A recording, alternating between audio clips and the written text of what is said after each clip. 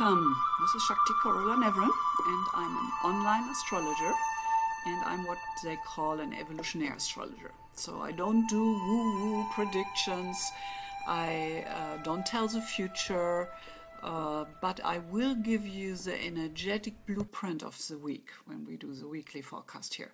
So I will give you what's happening in the skies, where are the planets, and what that could mean for you. So everything I'm presenting here today will have to be related back to your individual birth chart, because there it's where you really get the information, what it means for you personally. So in case you don't know your birth chart, you can go to my website and sign up for your newsletter, and then you will get your free birth chart, your horoscope, and you get a free love stone report.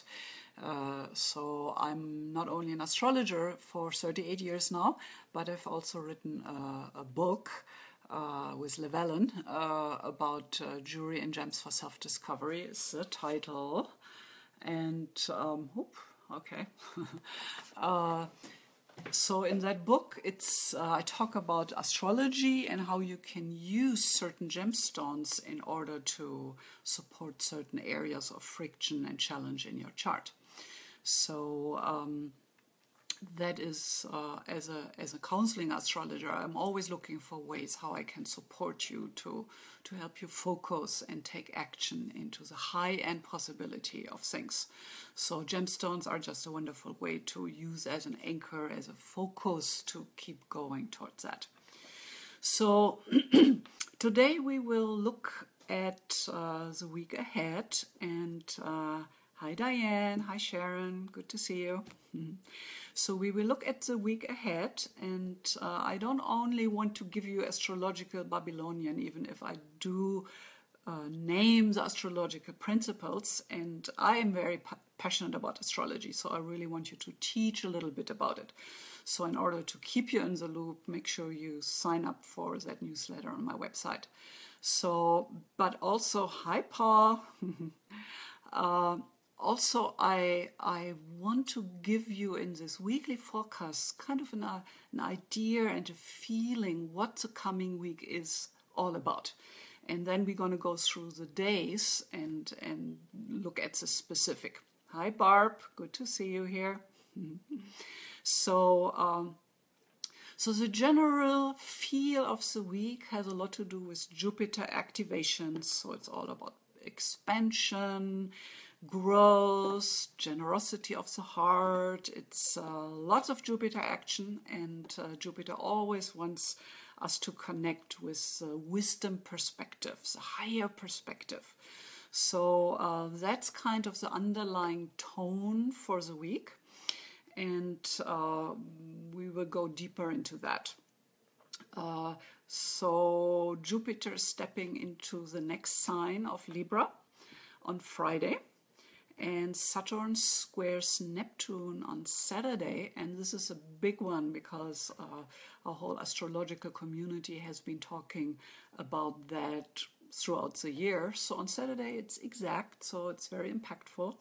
And then we will look at the moon, the 4 different moons throughout the week. So today the moon is in Libra, then it will go into Scorpio, Sagittarius, Capricorn. So let's start out a little bit with the Jupiter discussion.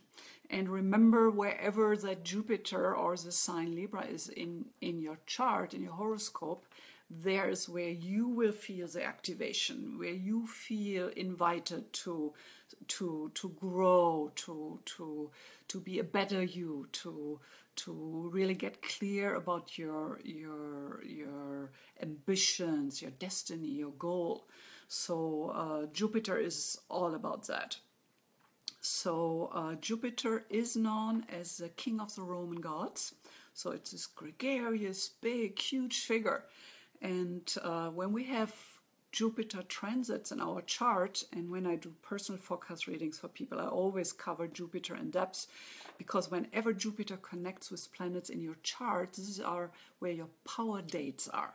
This is where it's really good to start a project, like launching a product, launching your website, things like that.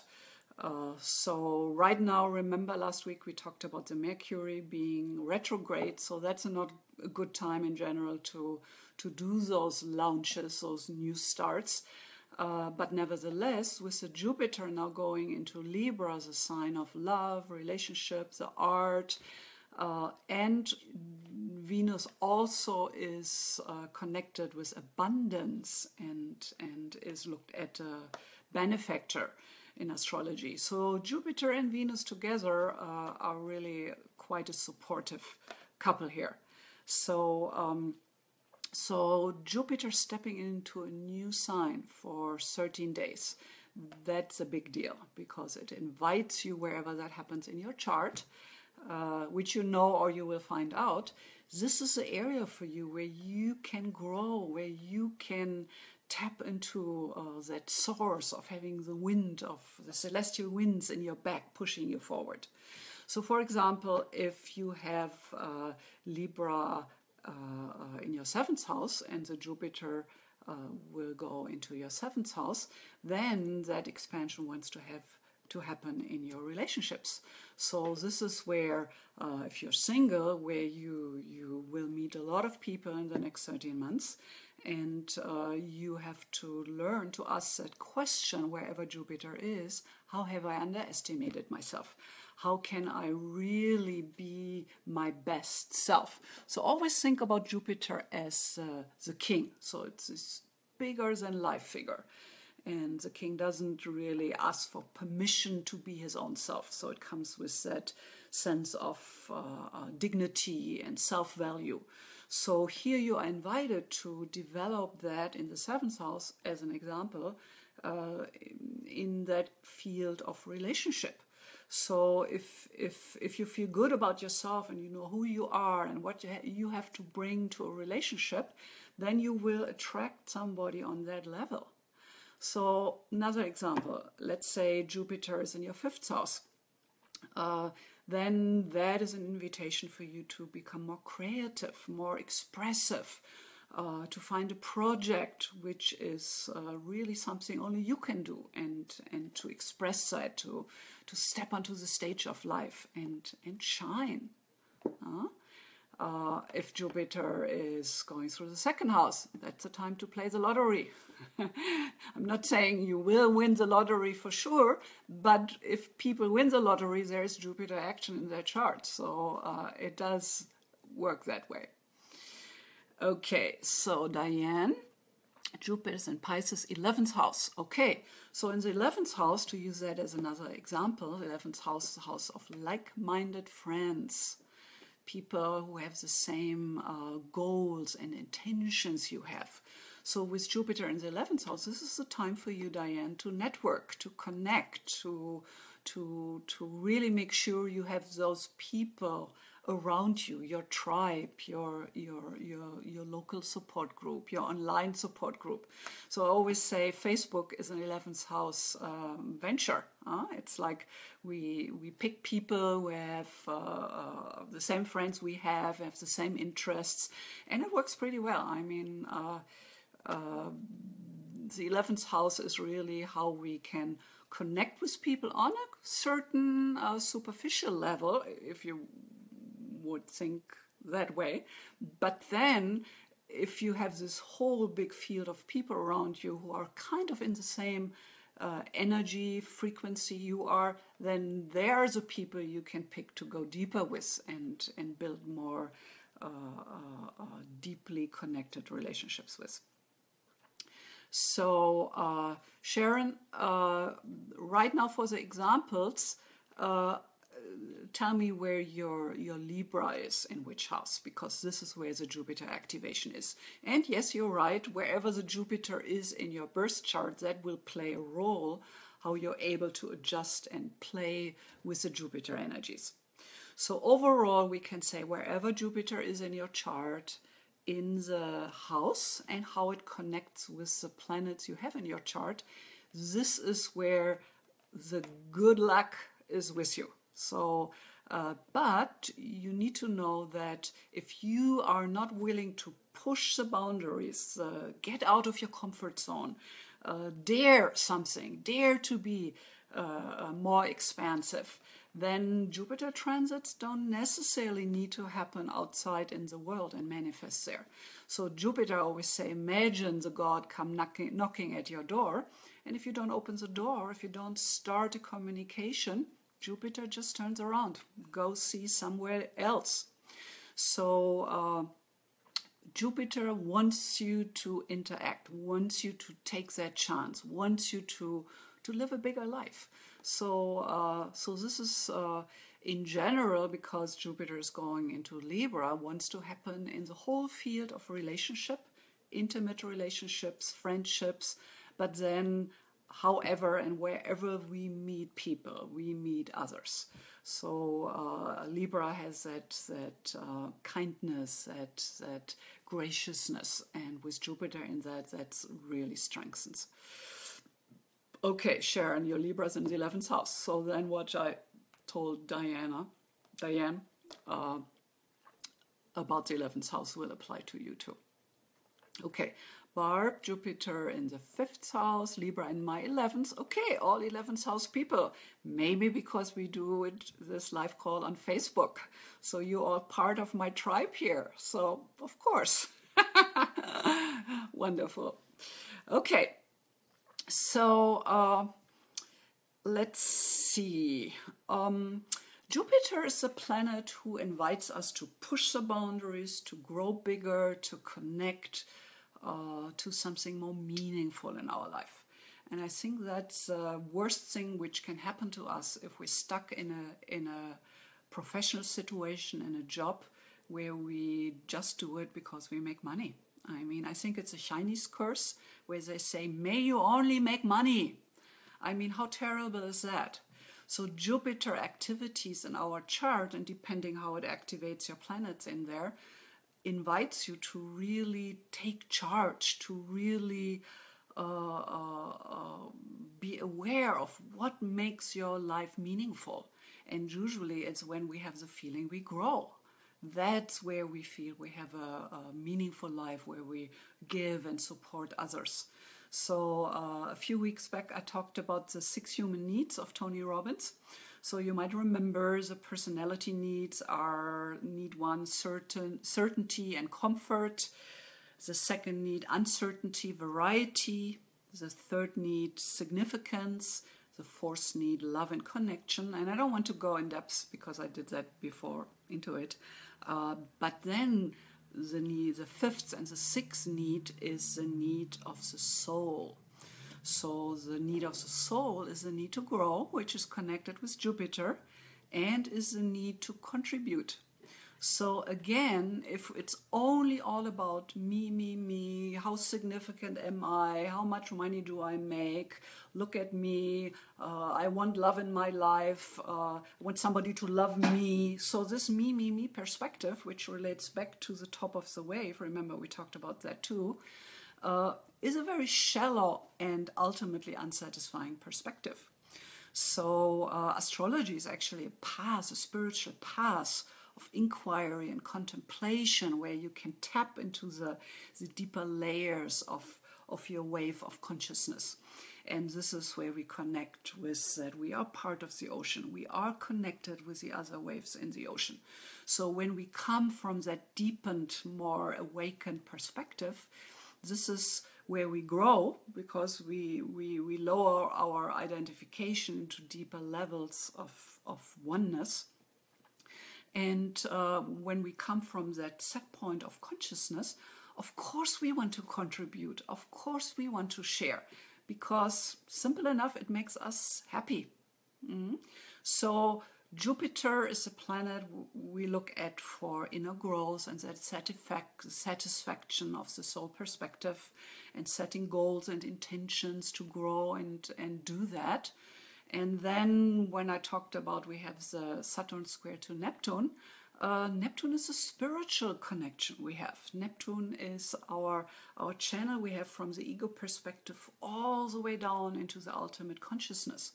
So Neptune is really about waking up, is really about the field of consciousness we are part of. So Saturn, the elder, the challenge, where we have to do the great work, where we push up the hill of the mountain.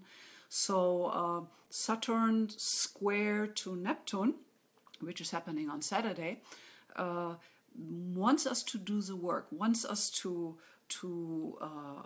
pick up a practice to really connect with that bigger field of consciousness. And that's why I think this is a wonderful week to really reset your intentions. What are you about? What makes you happy? What's your right livelihood, your right dharma? So all these questions are up this week. That's how I see it. Okay, so also if we know where we're going and why we're going there, that pulls us through hard times. I mean, we're living in a world of polarity, so there is pain in the physical body, there's suffering in the emotional and mental body. So consciousness and what it is about, we really want to learn and move towards, goes a long way to alleviate suffering and to really help us to thrive in our life, to be happy, to be joyous. And remember, whenever you have the feeling you're growing, you're passionate about something, then you're happy. You don't mind spending the hours and do it because you are in alignment with that. Okay, so if you haven't done so, please make sure you like the videos. That helps. And also people listening to this later, please like and share and comment. And if you want to share your sun sign and where the Libra is in your chart, that might be interesting. So just a little bit about me. My sun is in Taurus, very practical. Moon is in Aquarius. I'm colorful. I'm in connection with a different way of looking at things. You could say I'm a role model as an astrologer, how to go about reality in a different way. And I have Gemini rising, and I'm a communicator. I love to talk. I love to tell stories. So this is what I'm doing here. And I love to teach. So originally, Gemini is really the teacher, the student who eventually turns into a teacher. And I'm not only teaching in these forecast readings, so you will learn a lot about astrology if you follow my forecasts, but you can also check out if you resonate with my frequency, because I do birth chart readings on an individual basis with people, but I'm also really a teacher. So after the Mercury retrograde is over, I'm gonna launch my astrology, Master Astrology Academy, where I teach you the nuts and bolts of evolutionary astrology, of soul astrology, of astrology which gives you choices. So astrology in the mainstream is looked at determination, your future is set in stone, but nothing could be further from the truth. So my whole intention as an astrologer in whatever I'm doing is to give you a bigger picture, a more meaningful picture, and with that choices. So let's see.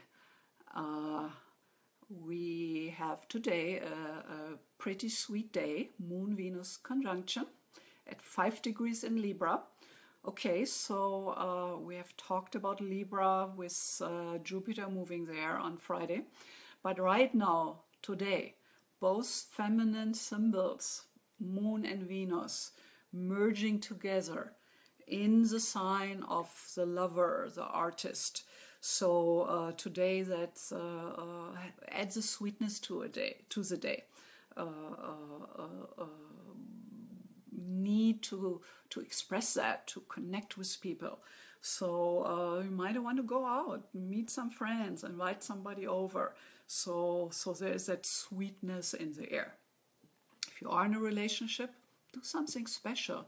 Really tell the other person you love him or her.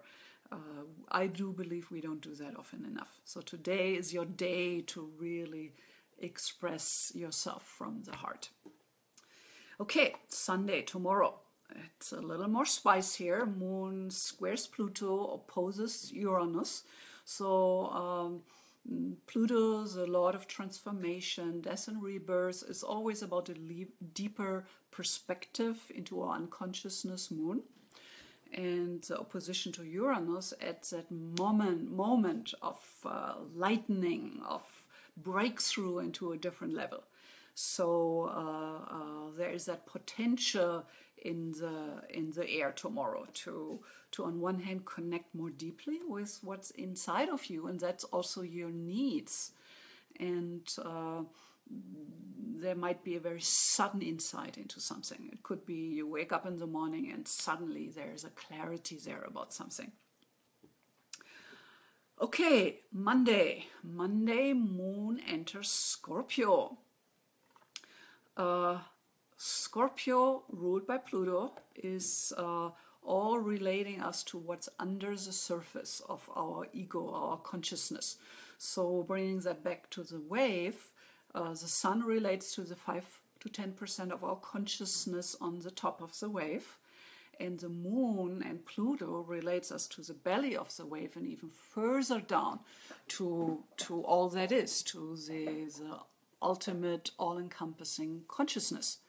So whenever moon is in Scorpio, which is once a month for a little bit, about a couple of days, it's a chance to really be more truthful, more honest with ourselves, and to connect with something which has been unconscious.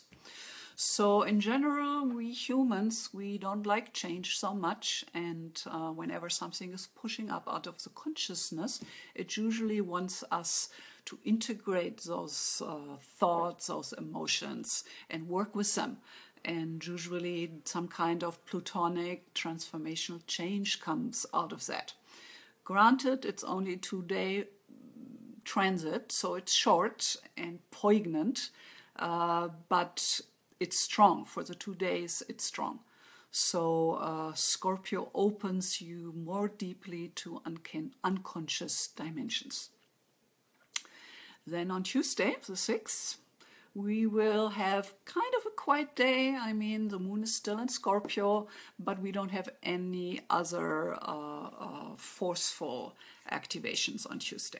So we have time and leisure to kind of allow that dropping deeper with the moon in Scorpio to happen. Then Wednesday, the moon enters Sagittarius. And I have talked about this before, how the zodiac as a circle and a symbol for growth, that each sign is kind of leading up to the next sign. So one sign is extroverted, the next sign is introverted, integrating. Then it's extroverted again, then it's integrating again. So you guessed, moon and Scorpio is kind of introverted, very much connecting with those deep layers. And then Sagittarius, ruled by Jupiter, we have already talked about in depth. So Jupiter and the moon in the sign of Sagittarius, ruled by Jupiter, is all about that expression. So it's a preparation for Friday when Jupiter enters Libra, because we're already in contact with that more outwardly orientation. So Sagittarius is fire, is breaking the boundaries, the limitations, which are usually just perceived in our mind. So we will feel more spunky, more passionate, and again, to really get the feeling we're thriving, we need to do something in order to grow. That's just part of Sagittarius. Mm-hmm. Okay, then the next day, Thursday 8th, the moon conjuncts Saturn in Sagittarius. So Saturn always is kind of anchoring us into the physical reality. So I always like to see Saturn and Jupiter activities together, because Jupiter pushes us out of the comfort zone into new directions, setting new intentions, new aims. But then Saturn helps us to really get there. So Saturn is the discipline, the taking action we need in order to really make our dreams come true. So as I've discussed before, journaling is a really good way to really get in touch with those deeper layers and work with those intentions. And just by writing them down, they're already in a way manifested. They're there in writing. So I'm a big fan of journaling as a way to really connect with certain layers of consciousness. So Saturn, again, wants you to climb the mountain, wants you to get clear about those inner feelings and what to do with them. Friday, Moon conjuncts Mars and Jupiter enters Libra, as we have discussed. So, Moon conjunction Mars. The Moon connection with Pluto-Uranus, I already talked about, is kind of steering things up, things sparking up out of the unconsciousness. But when Mars is in the picture, there is really no gap between an emotion and an expression. So this is a day where we can be very reactive and spunky and rebellious and kind of blow up more easily than usual. So part of what I want to teach you with this weekly overview is to give you that gap, that space, so you develop that inner witness. And because we named all these things and the potentials happening in the week, and then when you encounter something in your life, and then you will remember, oh, this might be Jupiter or this might be Mars, then that moment of space and realization that this is the energy, that's a moment of choice, and that's a moment of true empowerment, where you have a choice between a low-end manifestation of just blowing up, or you say, okay, so yes, I'm going to stand up for myself and set boundaries, but what am I really after? So Mars on the high end is a warrior who fights for something worthwhile, who's very passionate about something. So Mars Moon conjunction on the high end of things is connecting with that higher, deeper passion of yours.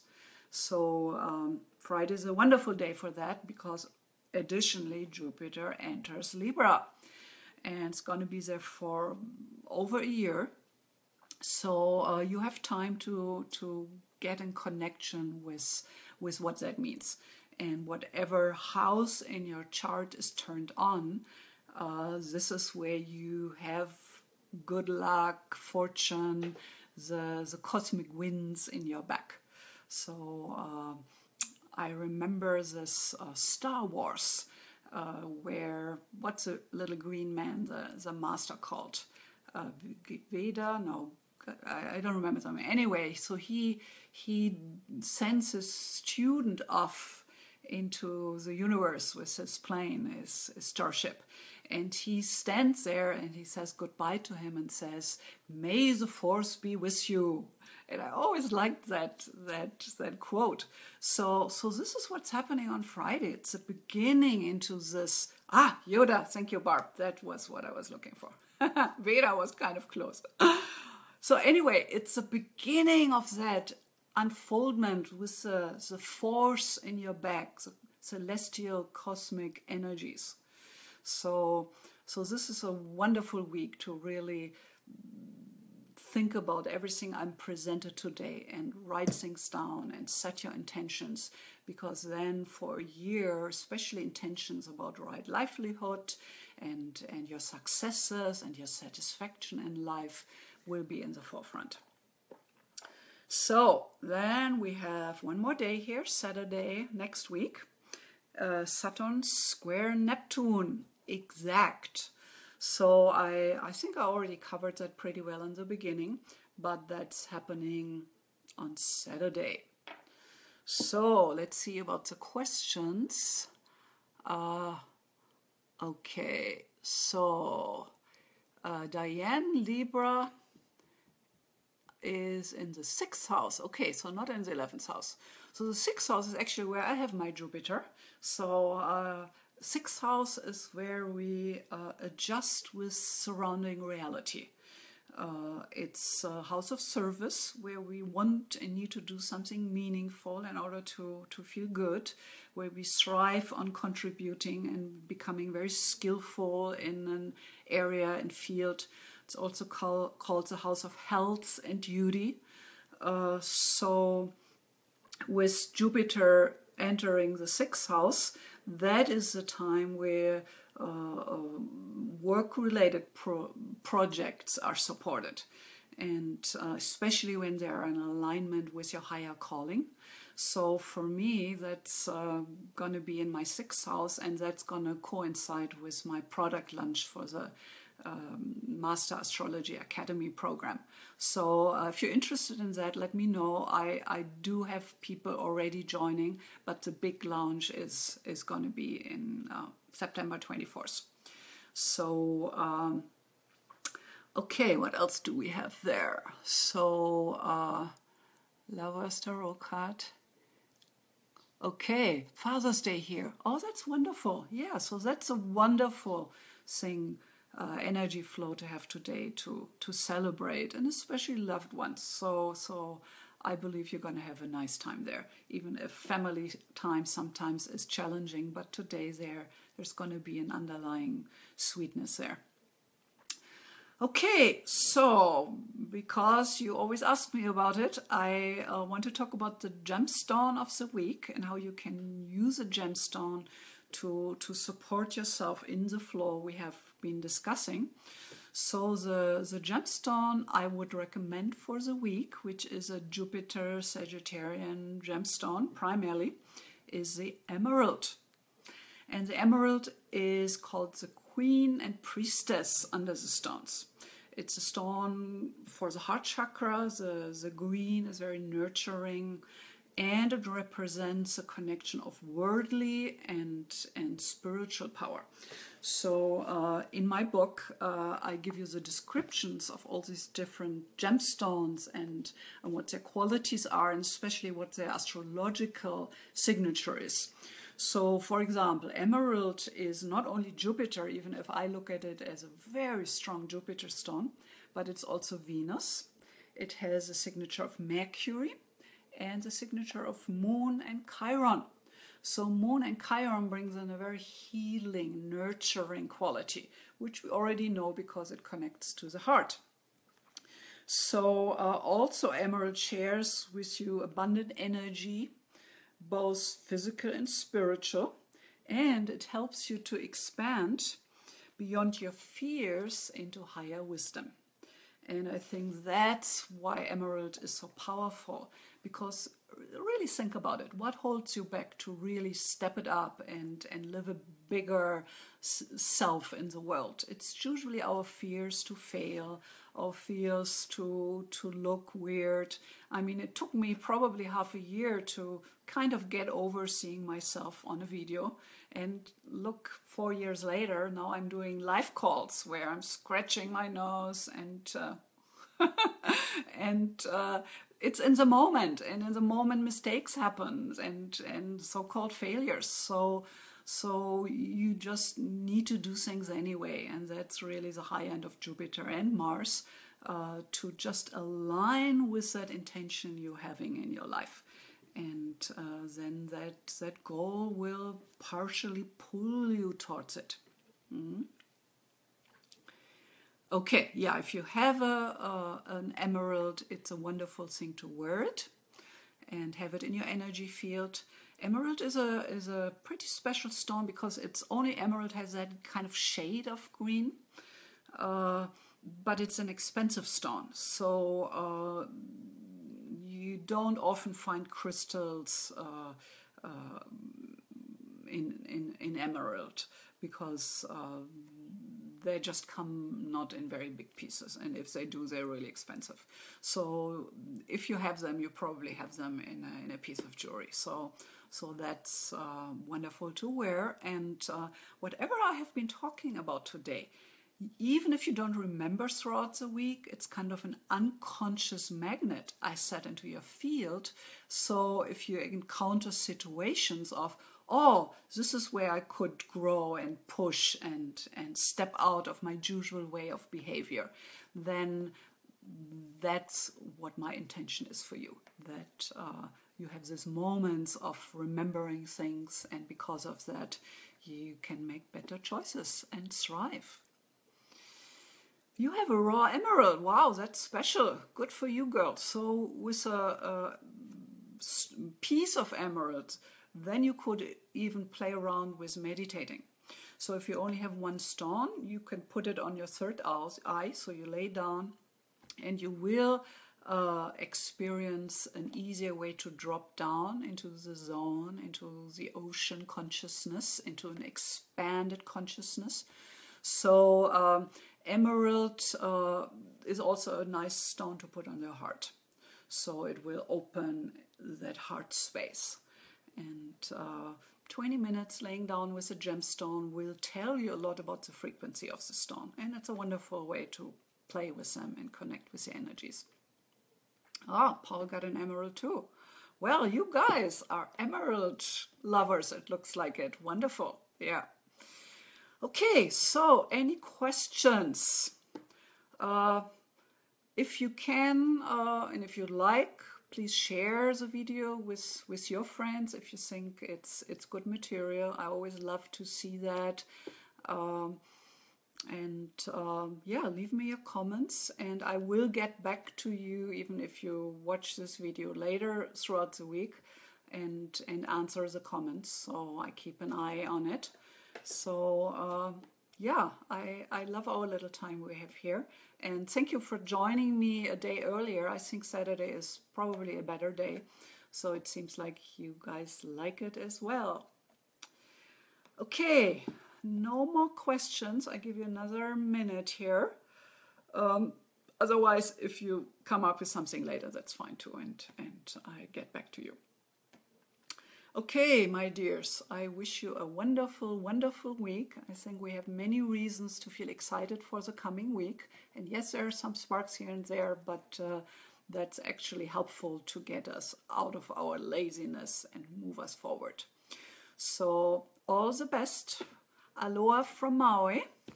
And I might see you tomorrow where I do the lunar eclipse forecast. So if you can, please join me tomorrow and I see you again. All right. Aloha and have a wonderful week.